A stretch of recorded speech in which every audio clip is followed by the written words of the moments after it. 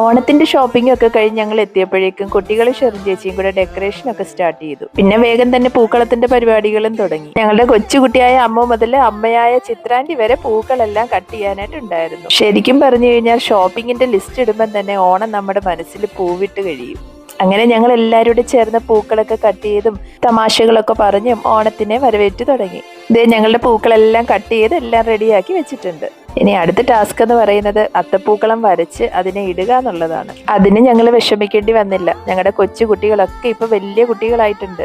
അത് അവരങ്ങ് ഏറ്റെടുത്ത് കഴിഞ്ഞപ്പോൾ അത്തപ്പൂക്കളം കളർഫുള്ളായി. കഴിഞ്ഞ വർഷം വരെ കളം വരച്ചുകൊണ്ടിരുന്ന ഞങ്ങള് ഇപ്പൊ കാണികളായിട്ട് മാറി. ഒരു സൈഡിൽ നമ്മുടെ കൊച്ചു കുട്ടികളെ ഡാൻസ് പ്രാക്ടീസ് ചെയ്യിപ്പിക്കുന്നുണ്ട്. അത് നമ്മുടെ റുമാനയും ഫിസയും കൂടെ ഏറ്റു കഴിഞ്ഞപ്പം അതും സെറ്റ്.